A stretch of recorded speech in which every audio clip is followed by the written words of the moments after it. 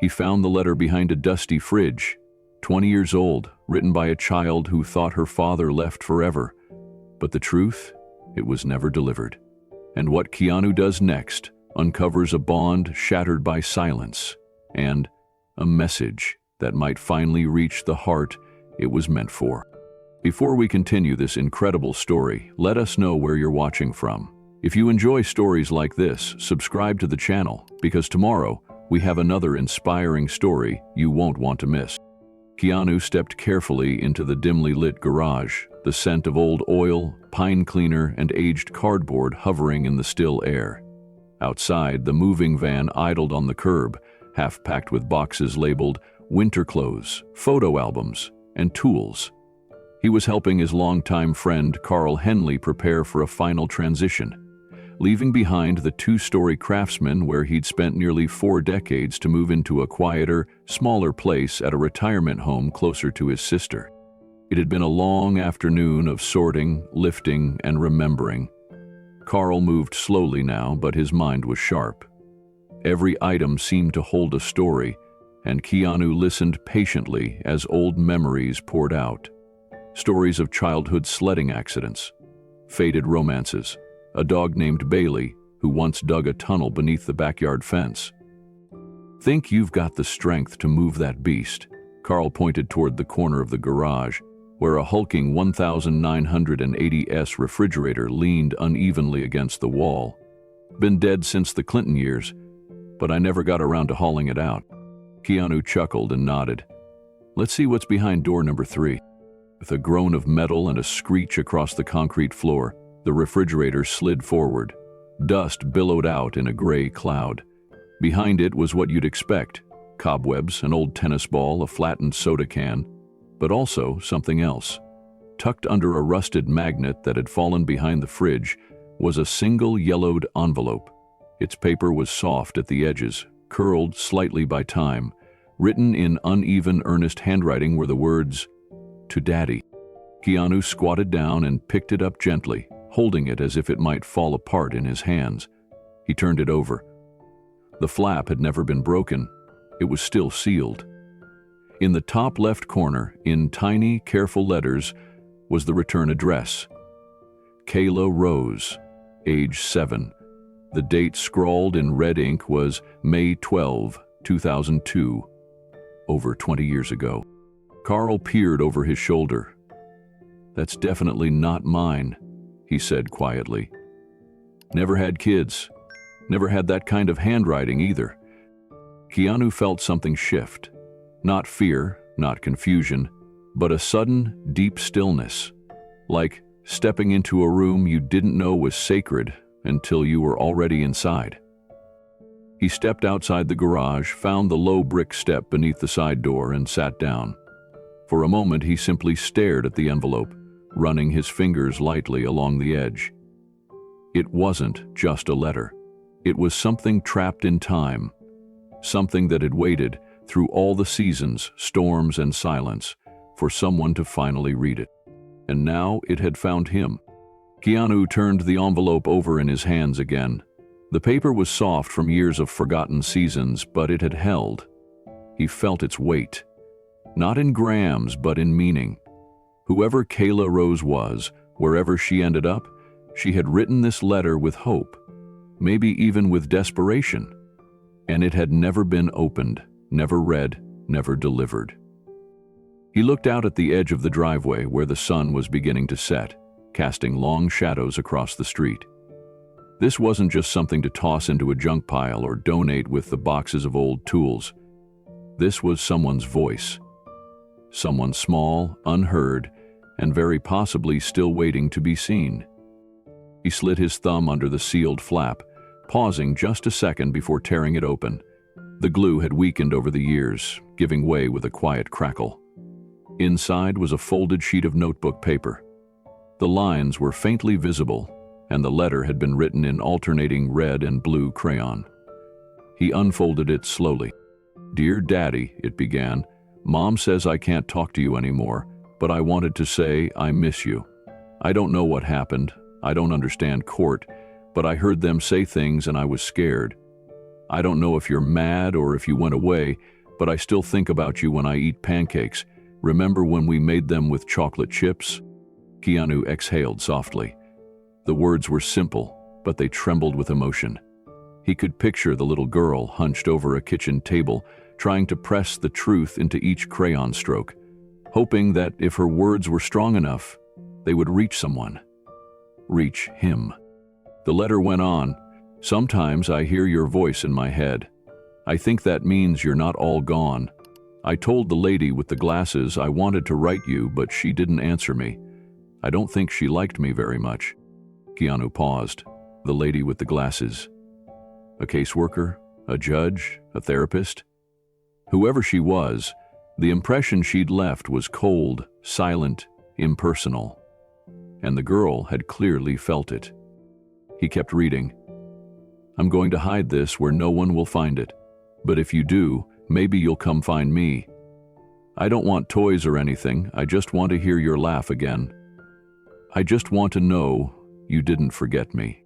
The last line was written in bigger, shakier letters. "I love you, even if you're not here." That was it. Keanu folded the letter back with care, his fingers instinctively protecting the creases. He sat in silence, the sounds of the neighborhood fading behind the roar of emotion rising in his chest.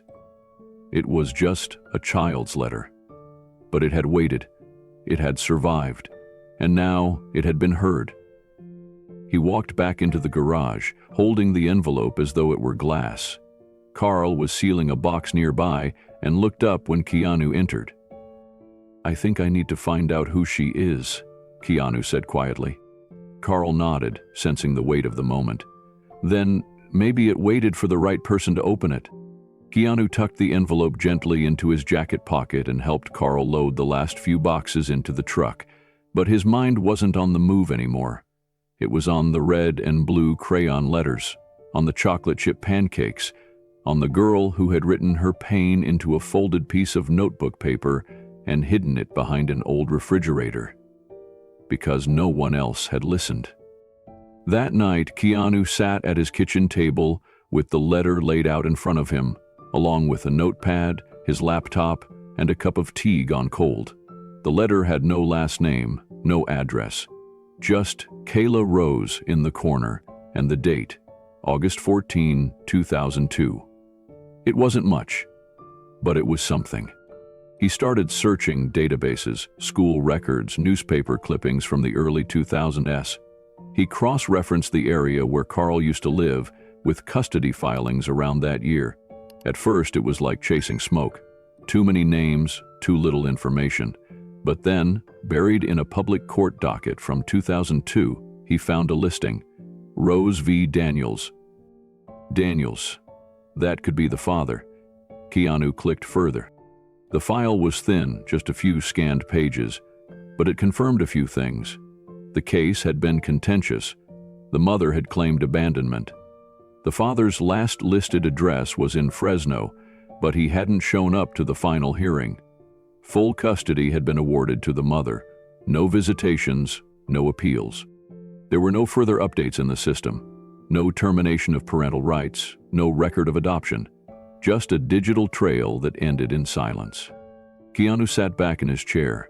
So many things could have happened in 20 years. Had Kayla ever found her father? Did she give up? Did she even know he tried? Or had he tried at all? He looked again at the letter. "If you find this, maybe you'll come find me." The words echoed in his head like a plea folded into time. The next day, he returned to Carl's house with Sophia, who brought a portable scanner and her usual quiet focus. Keanu showed her the letter, watched her eyes widen slightly as she read. "You want to trace her?" Sophia asked, already booting up her device. "I want to give this letter back to who it was meant for," Keanu said. "Or maybe to the one who was meant to read it." Sophia started searching through ancestry tools, social media scraps, people finder databases. Piece by piece, they built a puzzle. A girl named Kayla Rose Daniels, born in 1995. A school transfer record from 2004, a juvenile medical record. Then, nothing for nearly a decade. Then a college scholarship application from 2013. The essay attached to it spoke of foster care, of instability, of holding on to memories that didn't feel real anymore. Keanu read it twice, his hands tightening. "She never found him," he whispered. "She thought he left," Sophia said. Keanu looked back at the envelope, at the letter, written by a girl who hadn't stopped hoping. "Then maybe," he said quietly, "it's time someone finally gave her the truth." And with that, the search truly began. Keanu sat at the dining table the next morning, the envelope back in his hand. The front was faded from time and dust, but as he angled it beneath the soft morning light, something glinted, a crayon line, yellow and faint. He gently flipped it over. In the lower corner, below the flap, there was something written in a child's shaky handwriting. Emily. The last name was mostly smudged, a blur of letters that could have been a P or an R, and the rest erased by 2 decades of heat and friction from the back of that fridge. But the first name was unmistakable. Emily. Keanu breathed it aloud like a name he wasn't supposed to know yet. He slid the letter out again. Tucked behind the page was a folded drawing, one he hadn't noticed the night before. It was simple. Crayon, bright colors dulled over time, a stick figure family, a girl, a woman, and a man. The man was separated from the others by a jagged line, a lightning bolt drawn in red.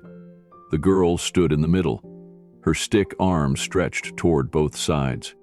Beneath it, another note in tiny cursive. "This is what the judge did." Keanu ran a hand across his mouth. This wasn't just a forgotten message. It was a child trying to make sense of something even adults struggled to explain. He knew that kind of silence, the one that grows in the cracks of a broken family and never quite leaves. He reached for his phone and dialed Sophia.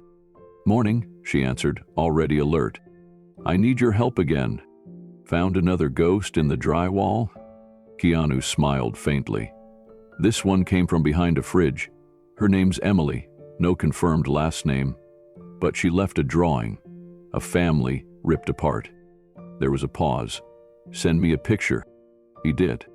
Within the hour, Sophia was at his place, scanning the drawing and the envelope under her portable digitizer. She examined the smudged last name carefully. Could be Prescott, or maybe Pressler. You see how the tail curves back on the T? That's typical of early handwriting guides. Keanu leaned forward. "Anything else?" Sophia flipped the letter over and used a black light. Nothing. But then she turned the envelope again. There, on the inner flap, almost invisible, a phone number. "No area code," she said, "but it's definitely written by the same hand." Keanu nodded. "Try tracing it anyway. 20 years ago, maybe it meant something." Sophia opened 3 tracking tools. "If it was ever tied to a registered address or court filing, I'll find it." Keanu folded his arms, watching her work. The line between childhood and disappearance was always thinner than anyone thought. And Emily Prescott was about to step out of the past. Sophia's fingers tapped quickly across the keyboard, her eyes flicking between 3 databases as she worked. Keanu stayed close, silent, his thoughts heavy with what this child, this grown woman now, might have endured. Forgotten letters didn't just disappear. They left echoes in the people who never got to send or receive them. "Got something," Sophia said softly. Keanu stepped closer. She turned her laptop toward him. On the screen was a scan of an old case file from the California Foster Care Database, dated 2003. The name?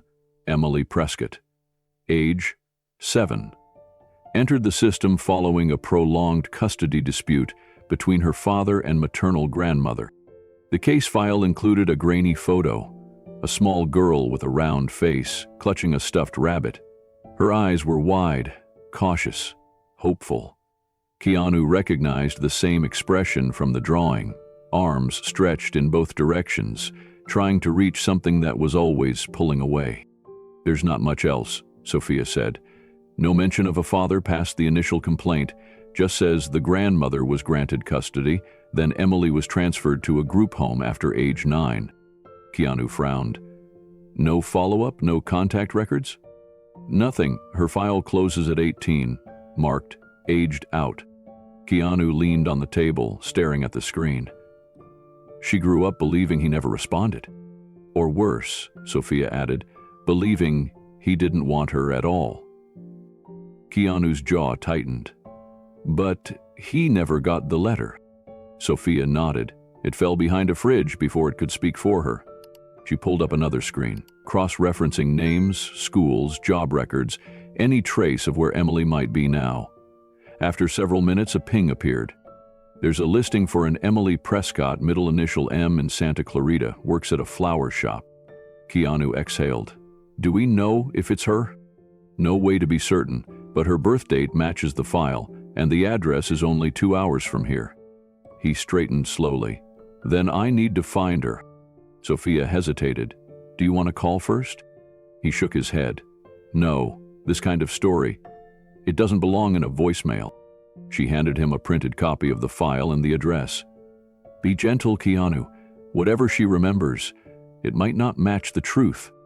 I know, he said, but she deserves to know there was a truth at all. Sophia placed the drawing in a protective sleeve. And what about the father? Keanu glanced back at the envelope. First, we find the girl who waited. Then we look for the man who never knew he was being waited for. The letter hadn't reached its destination, but maybe the message still could. The drive to Santa Clarita was long but quiet.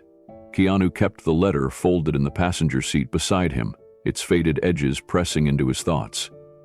He didn't know what he would say to her yet, but something in his chest told him that showing up mattered more than saying everything perfectly. The flower shop was small, tucked between a bookstore and a coffee stand. A hand-painted sign in the window read, "Fresh starts daily." That felt fitting. He parked across the street and watched for a moment. Inside, a young woman moved through the aisles of blooms, carefully trimming stems and rearranging petals. She was older now, maybe late 20s, but he recognized her. The shape of her eyes, the cautious grace in her movements. She paused once, brushing a strand of hair behind her ear, and looked out the window as if sensing something. Keanu stepped out of the car. He crossed slowly, taking in the tiny bells above the door as they jingled when he entered. The scent of lilac and jasmine filled the room. She turned from the counter, clipboard in hand. Hi, can I help you? Keanu offered a soft smile. Are you Emily Prescott? Her smile faltered. Yes? He didn't approach any further. He reached into his coat and unfolded the drawing. I think this is yours. She stared, her mouth parted slightly, but no words came out. Keanu placed it gently on the counter. I found it behind a fridge, along with a letter from you, dated 2002. She stepped closer, eyes locked on the paper. Her hands trembled slightly as she touched it. I drew this when I was little. Keanu nodded slowly. You wrote a letter to your dad. It never got sent. But now, I think you deserve to know. Her voice cracked. I thought, he never wrote back. Keanu's eyes softened. He never got it, Emily. It was never delivered. But your words were full of love. Even then. She sat on the stool behind the counter, the drawing still in her hands. I waited for a long time, and then I stopped. Keanu didn't fill the silence. He let it hold. After a long moment, she asked, Is he alive? I don't know, he said honestly. But if you'd like, I'll help you find out. She looked down at the paper again. I'm not sure what I'd even say.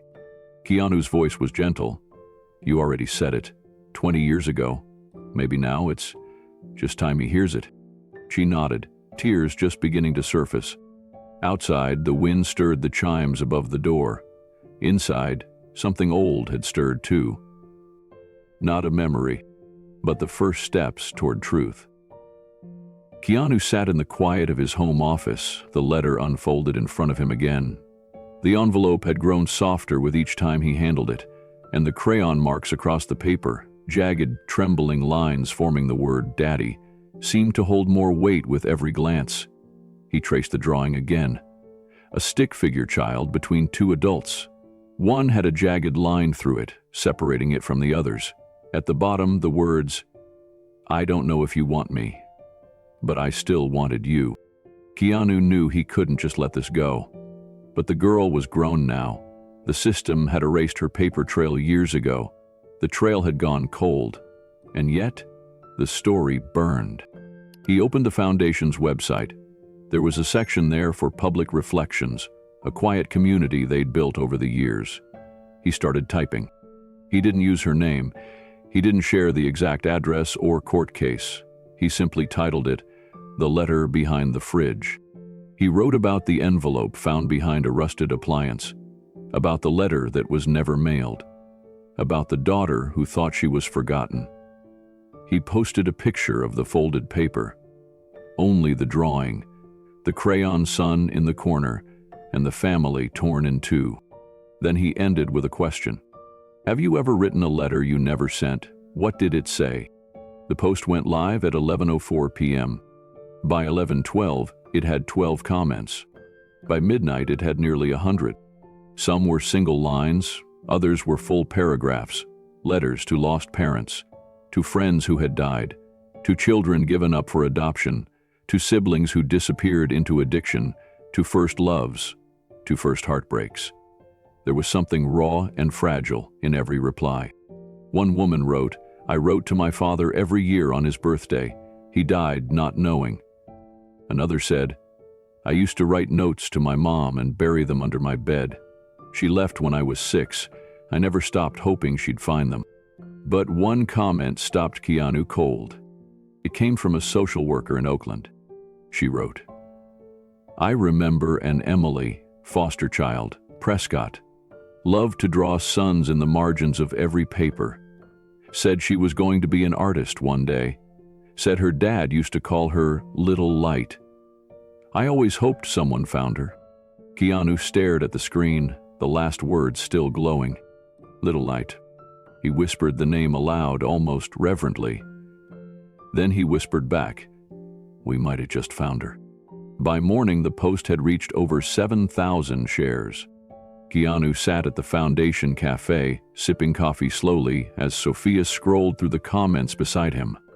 She'd already flagged several potential leads, one from a teacher in Bakersfield who remembered an Emily Prescott in her 4th grade class, another from a foster sibling in a group home near Sacramento. But it was the comment from the Oakland social worker that still tugged at Keanu. "She drew suns in the margins," he murmured again, as if the phrase itself were a map. Sophia nodded. "That's our thread." They began pulling every file the Foundation had access to from that county's child services system. Old newsletters, forgotten court summaries, non-digitized case notes scanned into PDF archives. Sophia worked her way through the files like she was reading a decades-long ghost story, until she paused.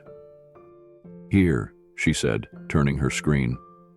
"Emily Prescott, entered system in 2004, 5 placements. 1 failed adoption attempt, a note from a court-appointed therapist. Artistic, introverted, tends to disassociate under stress. Sometimes signs her name Little Light." Keanu leaned forward. "That's her." There was no current address, no employment records, no active phone number. But in the last update, dated 6 years ago, there was a note in the margin. "Applied for college grant through Sacramento City Arts Program." "She made it," Sophia said, "or at least she tried." They searched next through local artist forums, Instagram profiles tagged with Sacramento Art, and even scanned online art marketplaces. They found dozens of Emilys, dozens of Prescotts, but one small blog caught Keanu's attention. It was quiet, untouched in years. Its header was a hand-drawn sun. The bio read, "My name is Emily. I believe in color, light, and second chances." Below were 4 paintings, one of a cracked window with sunlight pouring in, another of a girl sitting alone under a cloudy sky, her face turned upward, another, a mailbox, wide open, nothing inside. And the last, a child holding a letter, walking down a long gray road. Keanu pointed. That's her. Sophia found an email at the bottom of the site. It wasn't much, it might not even work. But Keanu clicked it open and typed. Hi, Emily, he wrote. You don't know me, but I found something that belongs to you. It's a letter, and I think it deserves to be seen. He hovered over the send button for just a moment. Then he pressed it. 3 days passed. No reply. Keanu checked the inbox every morning, every evening, even in between meetings. Still nothing. Sophia reminded him gently, if she's been through what we think she has, this might take time. But he couldn't shake the image of that painting. The girl on the road with the letter in hand. It didn't just look like art, it looked like memory. On the 4th day, an email arrived. Just one line. Where did you find it? Keanu responded immediately. He told her about the fridge, the envelope, the dust. He didn't ask questions. He only offered truths. He attached a photo of the letter, but not the whole thing. Just the salutation, Dear Daddy. That night, a longer reply came in. I was 8. I wrote it after the last court hearing. They told me he didn't want to see me. I didn't understand. I thought if I left something for him, he'd find it. I guess he never did. I thought he threw it away. She paused, then added, I spent 20 years thinking I'd been erased. Keanu's hand stilled over the keyboard. She continued, I don't know what you want me to do with this. I'm not ready for answers, but thank you for reminding me that the letter was real, that I was real. Keanu didn't push. He only replied, if you ever want to finish the story, I'd be honored to help. She didn't write back right away, but 2 mornings later, a box arrived at the foundation. Inside were 3 small paintings. The first was the mailbox again, but this time it had a letter inside. The second was a father holding out his hand, open and trembling. And the third was a drawing of a child's son, the same one Keanu had seen in the margins of Emily's childhood sketch. Tucked inside was a handwritten note. Still here, still willing, if you are. Keanu called Sophia into the room. They stood together in quiet, absorbing the weight of what they were holding. Not just a letter, not just paint, but the start of something long buried, and maybe finally unearthed. Keanu pulled into the narrow lot beside the building just before noon. The place didn't look like much from the outside. Paint peeling along the wood trim, weeds poking through the sidewalk cracks, but the windows were alive with color. Painted stars, suns, and trees adorned the glass, as if someone had handed children brushes and told them the windows were paper. A handmade sign above the door read, Echo Workshop, Healing Through Art. Sophia had been right. The records pointed here, a non-profit, low-profile but active, staffed by a small team of artists and volunteers, among them Emily Prescott. No mugshot, no headlines, just a life quietly lived. He stepped inside. The air was thick with paint and clay, music playing softly from an old speaker. Children sat at tables, coloring with wide grins. One wall was covered in crayon sunbursts and stick figures, like memories made permanent. In the back, hunched over a canvas too large for the easel, was a young woman in a paint-streaked apron and gray beanie, her auburn hair tied back in a loose braid. Keanu approached, slowly. Hi there. Are you Emily? She glanced up with guarded eyes. Yeah. Sorry, we're not offering tours today. I'm not here for a tour. I found something. It has your name on it. Her eyes narrowed, curiosity and caution warring on her face. What kind of something? Keanu pulled a folder from his jacket. A letter, written by a little girl in 2002. It never got mailed. It was stuck behind an old refrigerator. Emily blinked, processing. What? It's addressed to Daddy. Crayon drawing included. I thought, you should see it. She hesitated, then wiped her hands on a towel and stepped closer. Keanu opened the folder, revealing the envelope. Her hand flew to her mouth. "I remember that paper," she whispered. "We used it in second grade." She reached out, fingers trembling as they touched the envelope. Her name was still there, barely legible beneath the faded ink. She stared for a long time, silent. The children's voices in the room faded into the background as something inside her cracked. "I thought he never answered," she said, finally, voice shaking. "I thought that meant he didn't care." Keanu didn't interrupt. She clutched the letter to her chest. "All this time, I thought I was the only one who remembered." Then she sank into the nearest chair, quiet, shaken, but no longer alone. Keanu sat down across from her, giving her space but not stepping away. Emily unfolded the letter with careful hands, as if it might tear from memory alone. Her eyes scanned the words. Simple, childlike spelling, lopsided sentences, love, poured out in the only language she knew at the time. "Dear Daddy, I don't know why you didn't come, but I still love you. Mom says you left, but I don't think you meant to. I drew a picture of us. Maybe if you see it, you'll remember. Love, Emily." And then the drawing. 3 stick figures holding hands, the tallest one labeled Dad, the smallest me, with a dog in between. Keanu watched her lips quiver as she touched the edges of the paper. "I waited by the door every other Sunday," she whispered. "Every single one?" He said nothing, letting the silence stretch between them. Sometimes, space was the only way to let someone breathe. She looked up finally. "Why now?" Keanu shook his head. "I don't know. Maybe the world just took too long. Maybe it knew you were ready now." Emily gave a half smile, though her eyes were glassy. "I guess I'm not angry. I was for years, but mostly I was confused. Nobody explained anything. Just courtrooms and boxes, and then strangers." Keanu's brow furrowed gently. "Have you ever tried to find him?"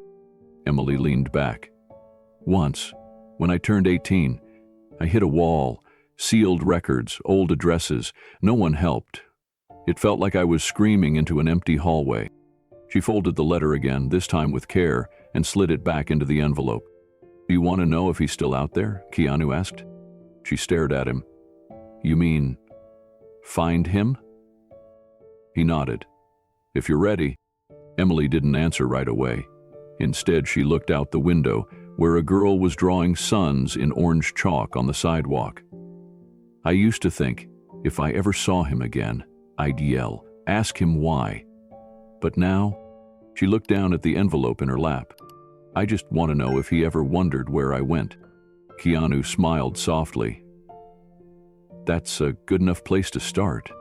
And for the first time in years, Emily didn't feel like she had to carry the question alone. The workshop quieted as the day edged toward evening. Brushes were rinsed, tables wiped down, volunteers left one by one, leaving only Keanu and Emily in the soft orange light filtering through the high windows. She stood beside a painted canvas, a large one, half finished. It showed a silhouette of a little girl reaching toward a mailbox, the flag up, her face turned away. The sky was filled with stars and unfinished brushstrokes of yellow. "That's what I was painting when you walked in," Emily said quietly.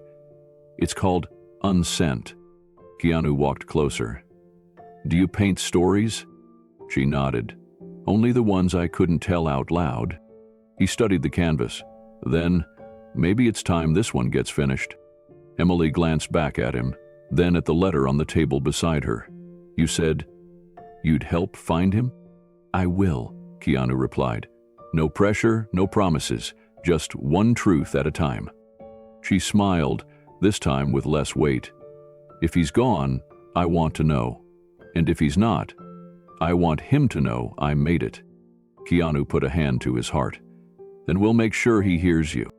Later that night, as he left the workshop, Keanu sat in his car longer than usual. The letter rested in his passenger seat, still in its original envelope, still carrying 20 years of silence.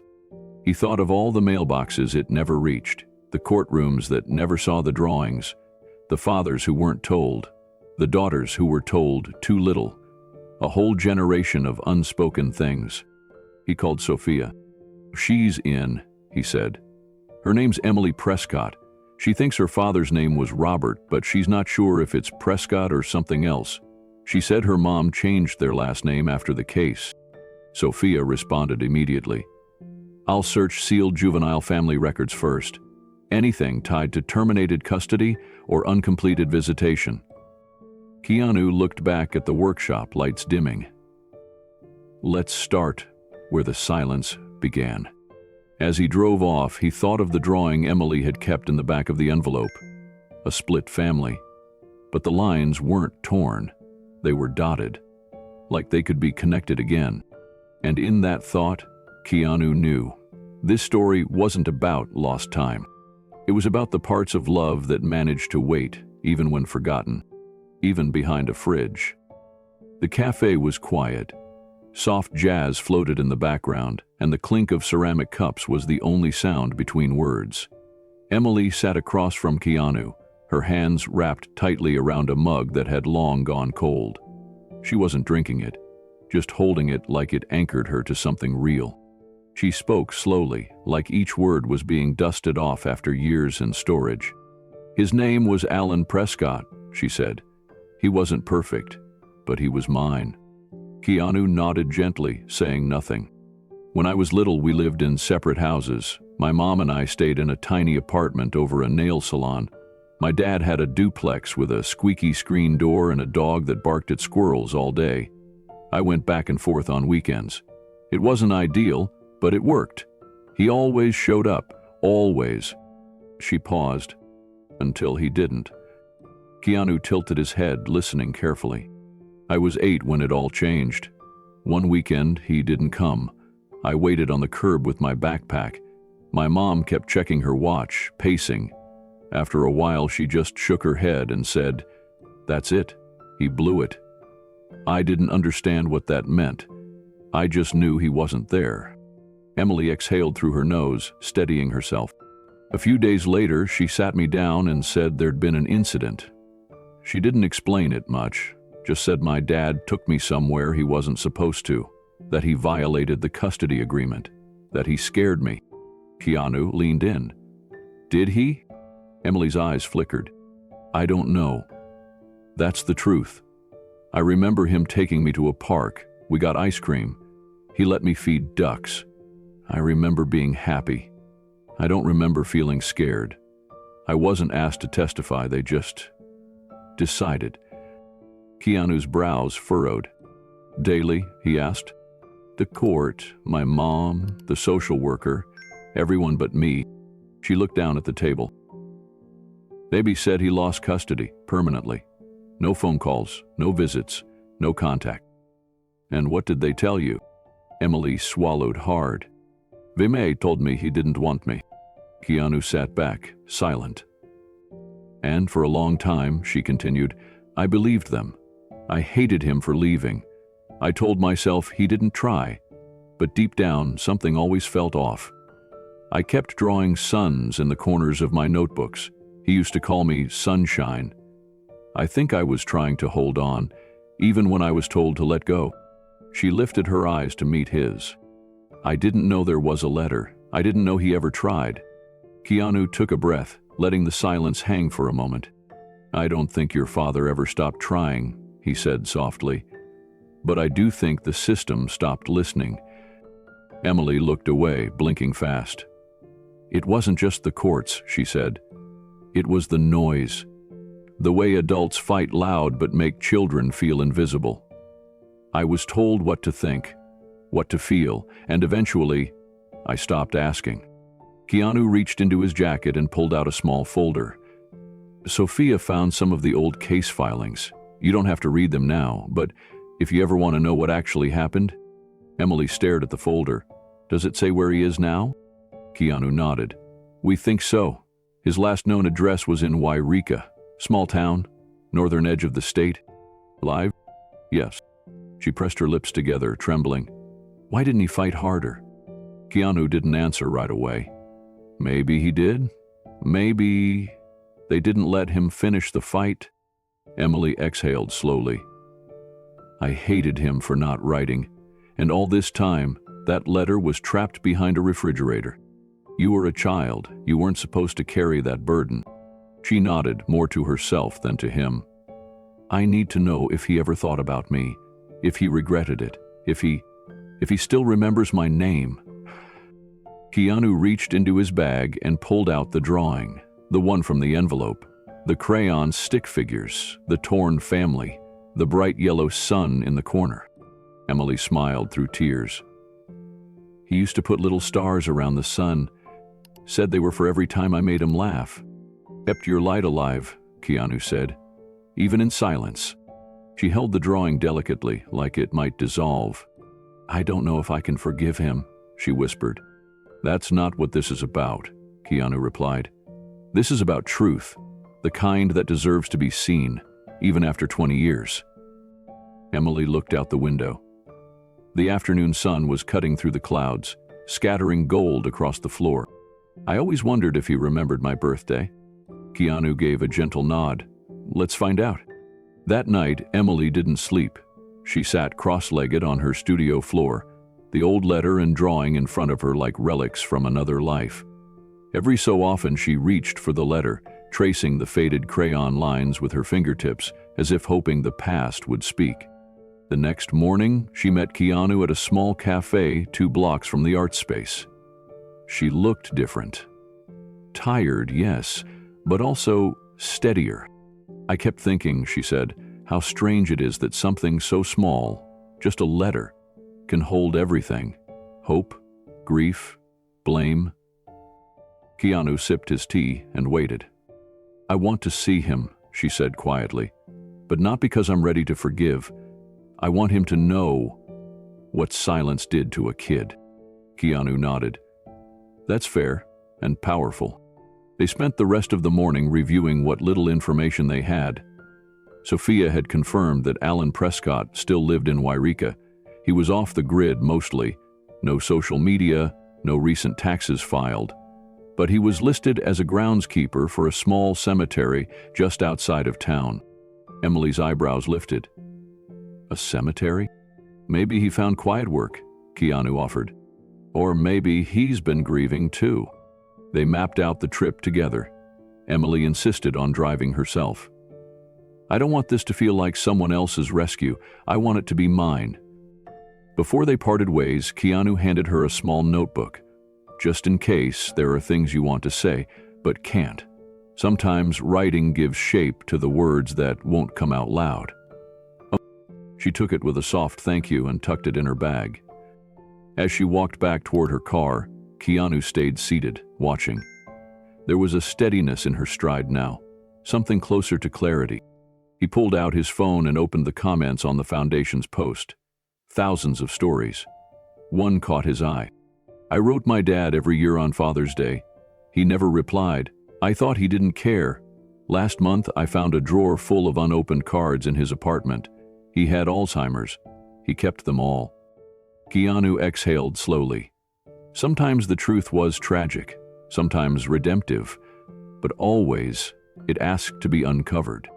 He typed back, he saw you, even when he couldn't say so.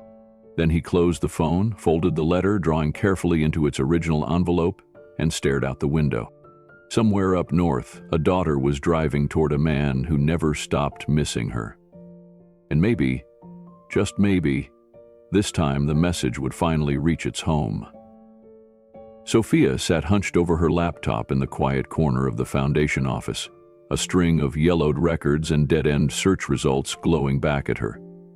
Keanu stood nearby, arms folded, eyes scanning the soft light that filtered through the blinds. They had Emily's confirmation. The name Alan Prescott was real. But that didn't mean he was easy to find. There's nothing on him in the last 10 years, Sophia said, adjusting her glasses. No tax records, no lease agreements, not even a library card. Keanu leaned closer. What about veteran services? He served, right? Sophia nodded slowly. That's our best bet. She began combing through the VA support databases, moving carefully through encrypted records and bureaucratic red tape. Minutes passed in silence. broken only by the hum of her fingers on the keyboard. Keanu watched her, patient but heavy with anticipation. Then, a pause. "I think I found something." Sophia turned the screen toward him. A digital scan of a veteran's assistance file, last updated 2 years ago.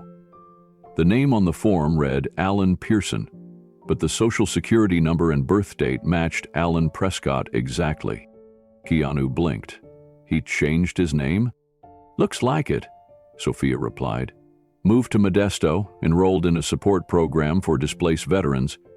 No listed family, no emergency contact." She clicked deeper into the file and found a modest record of volunteer hours, quiet labor at a local shelter, meal distribution, cleanup shifts.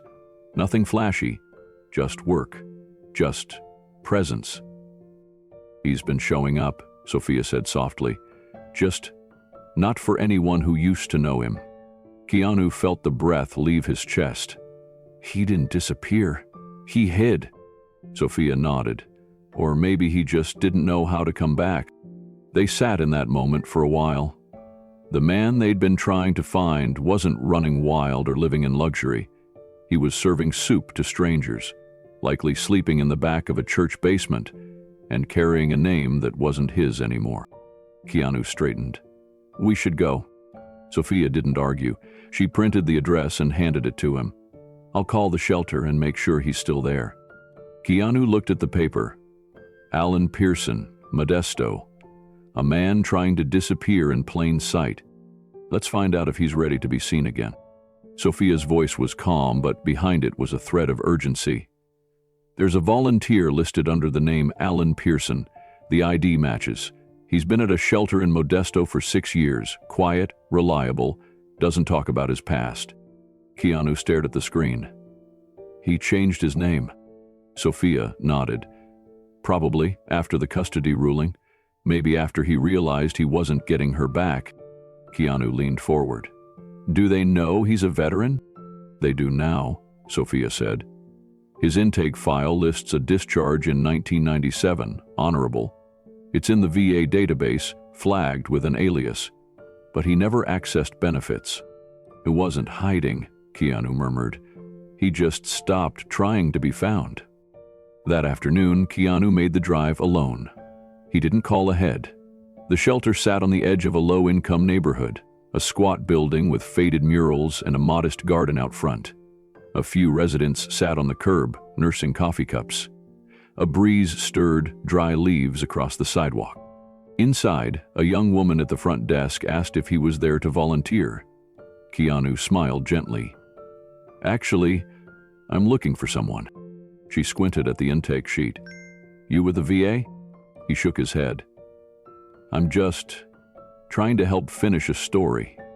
The woman pointed toward the back. "Alan usually sorts clothing donations in the garage." Keanu found him there, folding worn shirts, the sleeves already creased from repetition. He was thinner than he expected, grayer. His beard was long but neat. There was a steadiness to the way he worked, almost ritual. "Alan?"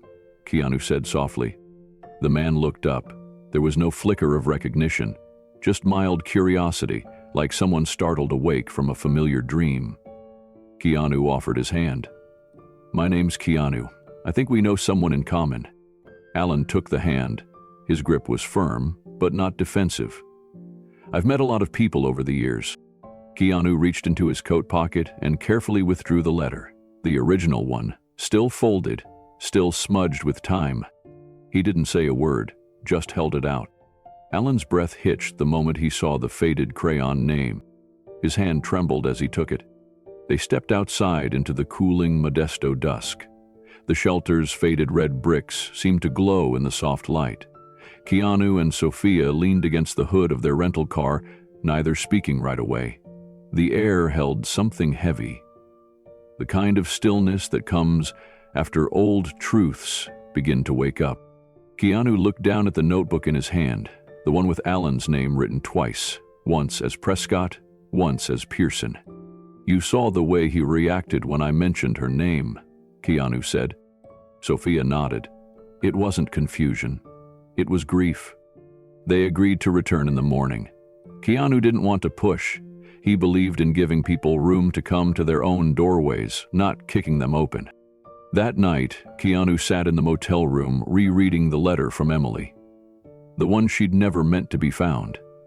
It was frayed now from how many times he had unfolded it, but it still read like a whisper from the past.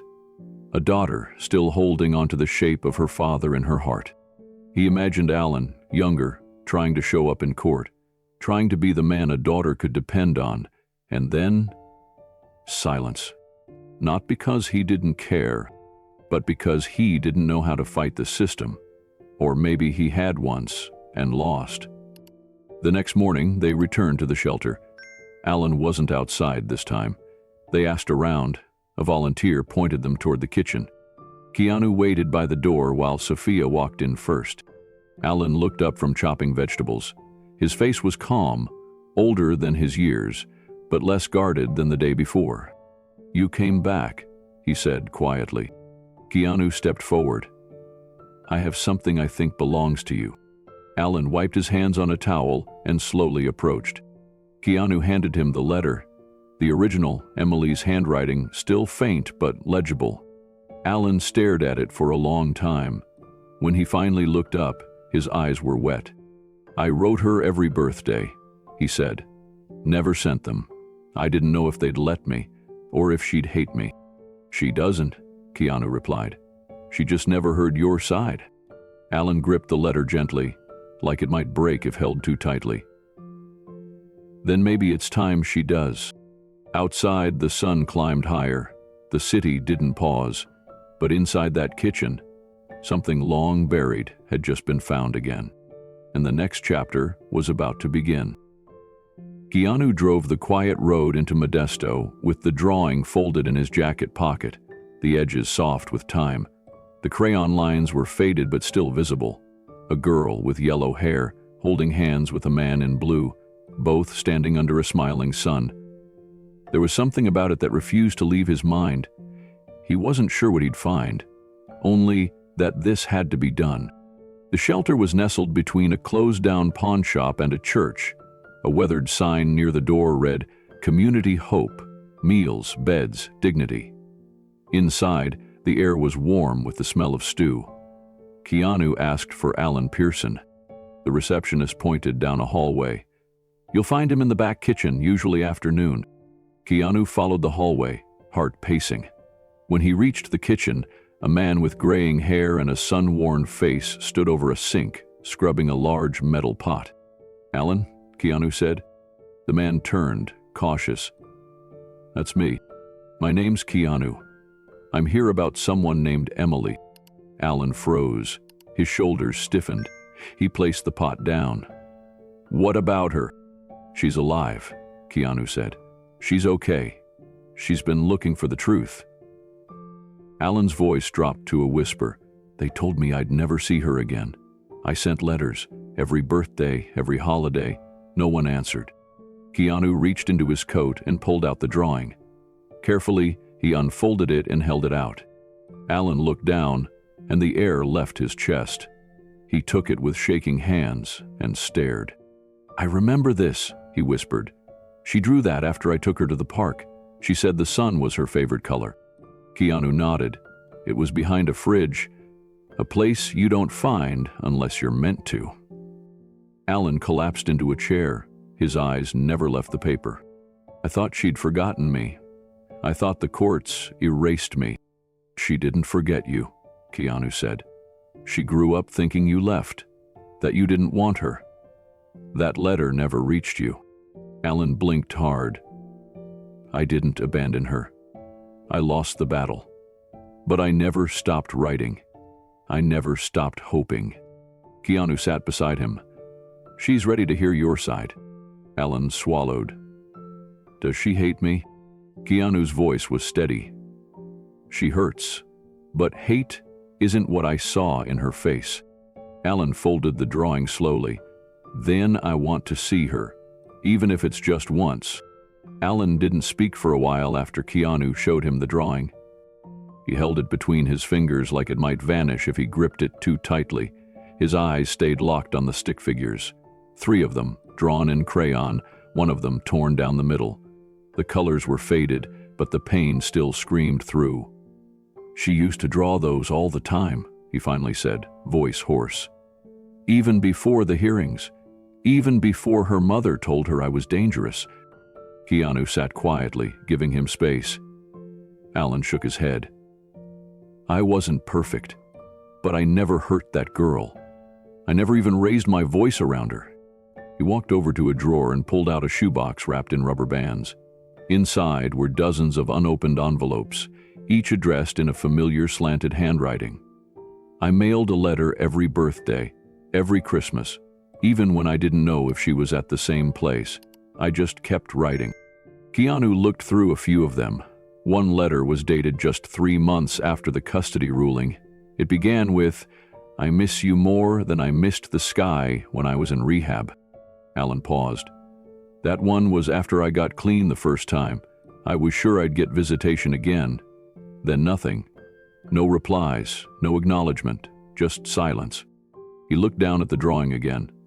"I thought she didn't want me, that the courts were right, that I had nothing good to offer." Keanu leaned forward. "She was told you didn't want her. She cried when I showed her the letter."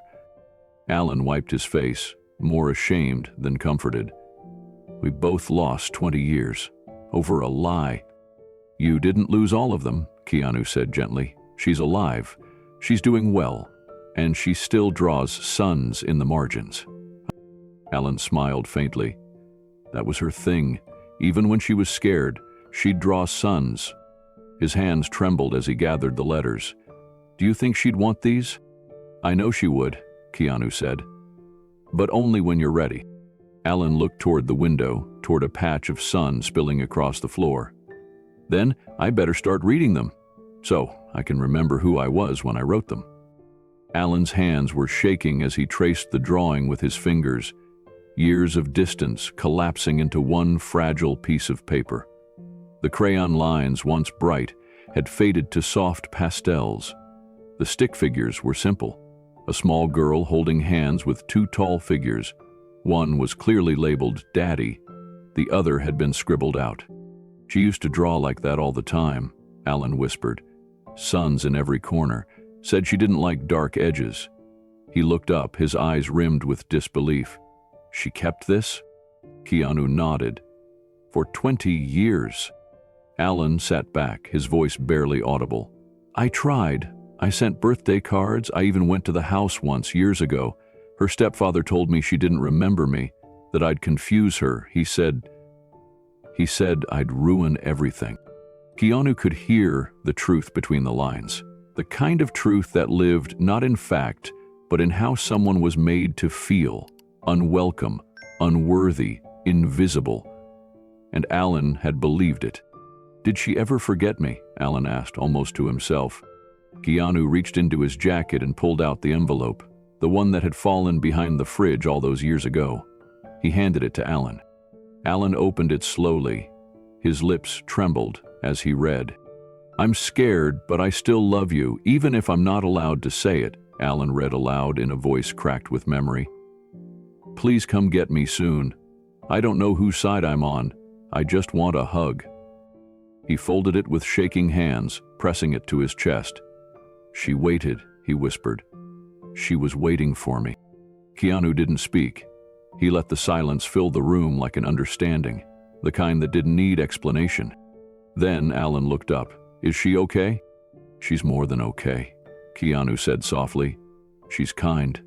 She helps kids draw their way out of what hurts. She's the kind of person you'd be proud of." Alan broke again, not loudly, not messily, just quietly. Tears trailing lines down skin that hadn't forgotten. "Then I don't need anything else," he said. "But if she ever wants to see me, I'll be right here." Keanu placed the letter gently on the table beside them. "She does, Alan. She does." Keanu sat in the back room of the shelter with Alan, the sounds of distant chatter and clinking trays drifting in from the main hall. In his hand, carefully protected inside a clear plastic sleeve, was the letter. The one Alan never received. The one Emily wrote in crayon, with a shaky hand and a steady heart. "I want to show you something," Keanu said, gently passing the envelope over. Alan reached for it slowly, like someone who already knew the contents would be too much. He turned the envelope in his hands, staring at the faded, childlike handwriting. "To Daddy." His hands trembled. For a long moment, he didn't move. Then he peeled the flap open. Inside was the folded sheet of paper, worn but intact. As Alan opened it and began to read, the room seemed to fall into complete silence. "Dear Daddy," he began, his voice low. "I don't know why I don't get to see you no more." He paused, his lips trembled, jaw clenched. He looked at Keanu, blinking fast, as if trying to hold something back, but the words kept coming. "I miss you. I miss your stories and your drawings, and when you called me Peanut." He broke. A deep breath shuddered through his chest as tears welled up in his eyes. He tried to keep reading, but the words blurred. He pressed the paper to his chest instead. "I haven't heard her call me Daddy in 20 years, he whispered. Keanu stayed still, letting the moment carry its full weight. Alan looked lost in the space between now and then, between what he was and what he had been to someone who'd never stopped waiting. "I used to draw comics for her," Alan said suddenly, his voice cracking like dry paper. "Stupid little ones. Super P and Carrot Man. She'd laugh so hard she'd fall over. That was before everything got twisted up." He glanced down at the crayon drawing, still tucked into the envelope. A torn stick figure family, one figure reaching across a jagged crack. "I never stopped writing to her," he said. "Birthdays, holidays, random Tuesdays. I just didn't know where to send them anymore." Keanu nodded. "She didn't know you were writing." Alan exhaled. "I thought I'd ruined it for good, that she moved on." Keanu's voice was quiet. "She didn't. She's stronger than you know." Alan folded the letter with care, like a fragile relic. "And she's waiting?" "Yes," Keanu said. "She is." Alan held the letter like it was glass. His thumb moved over the folded creases as if trying to smooth out 20 years of silence. Keanu didn't say anything. He just stayed still, watching this man relive a moment he never had the chance to live. "I used to sit in the hallway," Alan said finally, voice barely above a whisper. "I'd stare at the mailbox every day like some dumb dog, waiting for scraps. They told me she didn't want to see me, that she was better off." He looked up at Keanu, eyes damp but steady. "But she did write. She was trying, and no one gave me that chance." Keanu nodded. "Sometimes the world puts a wall between two people who are still reaching, and they think the other side let go." Alan unfolded the letter again. "I want to meet her, but not like this. I'm not the man I was supposed to be." "She's not expecting perfect," Keanu said. "She's expecting honesty." Alan stared down at the drawing, a stick figure with a crown labeled Daddy, a second figure with a sun above it. "Me? That's all she remembered?" he asked, touched by both wonder and ache. "It was enough," Keanu replied. Alan closed his eyes. "She's waiting?" "Yes, and she's scared too." Alan took a long breath. "Does she still draw?" "She does," Keanu said. "Murals now, big ones, bright colors. You can see the pain in them, but also the light." Alan's mouth trembled. "She used to sit with sidewalk chalk for hours. I'd hose it off at night, but she'd do it again the next day. Same suns, same faces." "You left her something," Keanu said gently, "even if you didn't know it." Alan placed the letter back in the envelope like it was sacred. He set it on the table with care. Then, slowly, deliberately, he stood up. "I want to see her," he said, "even if it's just once, even if she walks away." Keanu stood with him. "She won't." Alan swallowed. "How do you know?" Keanu looked him in the eye. "Because she already came halfway, and now it's your turn." Alan reached for his coat. "Then let's go, before I lose my nerve." Alan rubbed the edge of the letter as if the texture alone might take him back to the day it was written. He traced the crayon-drawn sun in the corner like it was sacred. His breath was shallow now, not from pain but something deeper, recognition of everything he had missed. "She thought I didn't care," he said quietly. "That's what haunts me, not what I lost, but what she believed." Keanu let the silence hang. There was no rush here, no need to fill the moment with advice or apologies. Some grief needed space before it could become anything else. "I used to dream," Alan continued, "of her voice, little things, the way she called me when her blanket got tangled, or how she curled her hand into mine when crossing the street." He looked up at Keanu. "But in the dreams, I could never hear her say my name." Keanu said nothing. He opened his jacket pocket and handed Alan something wrapped in cloth. It was a cassette. An old toy recorder Emily had once carried. Sophia had digitized it. The file was barely a minute long. Keanu tapped play. On the scratchy tape, a young voice sang out of tune, then paused, then whispered, "Love you, Daddy. Come back soon." Alan pressed the player against his chest like it was part of him. He didn't cry loudly, just trembled. Keanu stood and walked to the window, giving him a moment. "You think she meant it?" Alan finally asked. "You think she'd still want to say that now?" "She never stopped hoping," Keanu said, "even when the world told her not to." Alan folded the letter carefully and placed it on the table like it was a bridge, not just a note. "I'd give anything to go back," he said. Keanu turned to face him. "Then start by going forward." Alan nodded. His hands were shaking, but his voice was steady. "Tell her," I kept writing, even when no one answered. "Tell her I never stopped being her father. I just didn't know how to be." Keanu nodded. "You'll tell her yourself."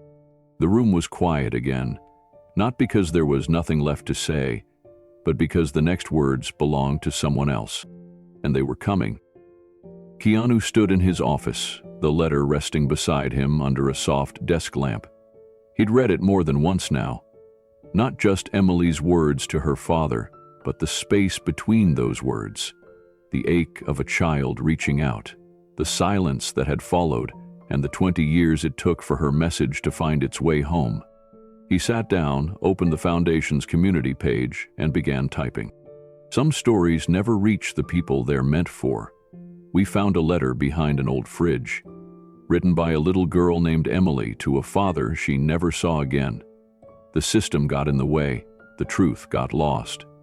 But today, the letter finally made it into his hands. We've changed their names, but the pain, the love, and the silence, they're real. Have you ever lost someone to a system that didn't hear you? What would you say now? Sophia read over his shoulder and nodded. "Let's post it," she said softly. They didn't expect what happened next. By morning, there were over 2,000 responses. Foster kids, parents, grandparents, social workers, even retired judges, all with something to say, some for the first time in decades. One comment, simple and piercing. "I was 8 when my mom vanished. I thought she stopped loving me. I found out last year she was deported. She wrote me letters too, I just never saw them." Another came from a middle-aged man in Arizona. "I lost my son after a false CPS report. He's 24 now. I see him in pictures on social media, and I don't even know what his voice sounds like. If you're reading this, I never stopped being your dad." Hundreds shared stories of courtrooms, closed files, miscommunication, and heartbreak. Some typed through tears, some sent scanned pages of letters never mailed. A few sent audio recordings, fragmented warbly cassettes like the one Emily once made. And then came the one from a foster mother named Janet in Iowa. "I've fostered 43 children over 15 years. Some stayed a weekend, some stayed for years. Almost every one of them asked me the same question at some point. Did my mom ever try to find me? And I never knew what to say. But this letter, this changes how I see it. Sometimes all it takes is one envelope." Keanu sat back and let the silence fill the room. Not emptiness, but something sacred. As if the letter behind the fridge had become more than a story. It had become a mirror, showing people what they lost and what they still carried. He turned to Sophia. "Let's make sure they're heard." She nodded. "Every one of them." The team at the foundation worked through the evening, reading every message, highlighting themes, tagging stories for follow-up. Some messages were short, typed on phones during bus rides or night shifts. Others were paragraphs long, spilling with memories that had nowhere else to go. Keanu stayed late, going through them one by one. He paused when he reached a comment from someone who had only signed their name as L. "I worked in child welfare for 9 years. We were overwhelmed, undertrained, and always racing the clock. I still think about the ones who slipped through. There was a girl, 5, maybe 6, who used to sleep with her dad's hoodie under her pillow. She swore he was coming back. I think about her every time I walk by the lost and found bin." Another message came from a woman named Carla, a mother who had aged out of the system herself. "I used to believe my mom didn't want me. Then I found out she was writing letters to the group home the whole time. They kept them from me for my emotional safety. I was angry for years, but now I realize she never stopped reaching. I just couldn't see it through the glass." Keanu copied that line into a notepad. She never stopped reaching. He thought of Emily's letter, of the line written in crayon, "Please tell me if you still love me." Sophia appeared beside him with a tablet in hand. "You should read this one," she said. The message came from a retired prison chaplain. "A man on death row once gave me a letter he'd written every year to his daughter. Same words, same date, never mailed. He said he knew she wouldn't read them, but it helped him remember who he had been before everything fell apart. I don't know if she ever got any of them. But now, I wonder, if just one had gotten through, would things have changed?" Keanu leaned back in his chair, the weight of these voices pressing into the silence around him. What started as a lost letter behind a fridge was now a thread pulling on the lives of strangers across the country, maybe the world. They weren't just responding to Emily's story, they were responding to their own. One user simply wrote, "I have a letter in my drawer I've never sent. Maybe it's time." The next morning, Sophia printed out dozens of the responses and pinned them to the bulletin board in the hallway just outside the Foundation's cafe. People stopped to read, to cry, to leave notes beside them. Keanu stood nearby for a while, watching, not for recognition, but to witness something healing unfold. Because sometimes, even when it takes decades, a message still finds its way home. Later that afternoon, a small envelope arrived at the Foundation's front desk. No return address, just the words, "For the girl who waited." Inside was a folded letter on lined paper, handwritten in ink that had bled slightly from age. "I don't know who you are, but I read your story. I'm 62 now. My son was taken from me in 1987. I wasn't perfect. I was struggling. But I never gave up. I wrote to him every Christmas, every birthday, even when no one responded. This morning, for the first time in decades, I opened that box again. And I cried. Not because I was sad, but because someone out there finally got their letter. That means maybe one day, mine will too." Sophia placed the letter gently in a glass tray beside Emily's original, like two echoes that had finally found each other. By the end of the week, the Foundation had created a special page called Letters That Waited. It wasn't flashy, just a simple place for people to post what they never got to say. Some uploaded scans, others just typed. A few asked for help finding someone. Keanu made sure every single one was read. They also added a second prompt beneath the original question. "Is there someone you never got to speak to again? What would you say if they were listening now?" It unlocked even more. A woman from Seattle shared a photo of a tiny shoebox filled with birthday cards returned unopened. "I kept them anyway," she wrote, "because I had to believe someday he'd come looking." A teen in Missouri posted a short video holding up index cards that read, "I found my dad through your page, he was looking too." A Vietnam veteran wrote, "I've had a letter to my daughter in my wallet for 33 years. I'm finally going to send it." Keanu didn't reply to all of them. He didn't need to. The story had already done its job. It reached into places no system ever could: homes, hearts, histories. It gave people permission to remember, and maybe to hope. Back in his office, Keanu stared at the original envelope once more. The crayon sun in the corner, the shaky lettering. It was never just one letter. It was all of them. Alan sat on the edge of the shelter bed, elbows on his knees, eyes locked on the prepaid phone in his hands. It was small, nondescript, but it felt heavier than anything he'd ever held. Across from him, Keanu leaned silently against the doorframe, giving him space. "Are you sure she wants to hear from me?" Alan asked, voice low. "She said she wanted truth," Keanu replied. "And this is the first place to start." Alan nodded slowly. He had practiced the call in his head for hours, maybe even years. Still, his thumb hovered over the green button like it might bite. Every memory he had of Emily at 6, the sidewalk chalk, the bedtime songs, her favorite story about the moon mailbox, rose like smoke, warm but unreachable. He pressed the button. The line rang once, then twice, then a third time that seemed to stretch into forever. Emily sat in the back room of her art studio, wiping brushes clean when her phone buzzed on the table. Unknown number. She almost let it go. But something in her paused. She answered. "Hello?" Alan froze. Her voice, it was older, sure, but he knew it instantly, not just from memory, from the dreams, the ones where he could never quite hear her say his name. He swallowed. "Emily." The line went quiet.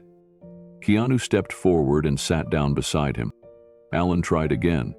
"It's Alan. I know I don't have a right to call you, but Keanu, he told me you were still drawing. I didn't know if I'd ever get the chance to say this, so I took it." On the other end, Emily didn't speak. Alan pressed on. "I never stopped writing. I just didn't know where to send the truth." Still, silence. "I used to think maybe you'd forget me. Then I hoped you would. I thought if forgetting helped you heal, it would be worth it. But I never stopped being your dad, not even when I didn't know how to be." A soft breath on the other end, then a whisper. "I still draw suns." Alan shut his eyes, overwhelmed. He hadn't realized how tightly he'd been holding his breath. "I used to hose them off the sidewalk at night," he said. "Every morning there'd be more. You never stopped trying." A pause. Then Emily's voice again, quiet, measured. "Why didn't you answer me?"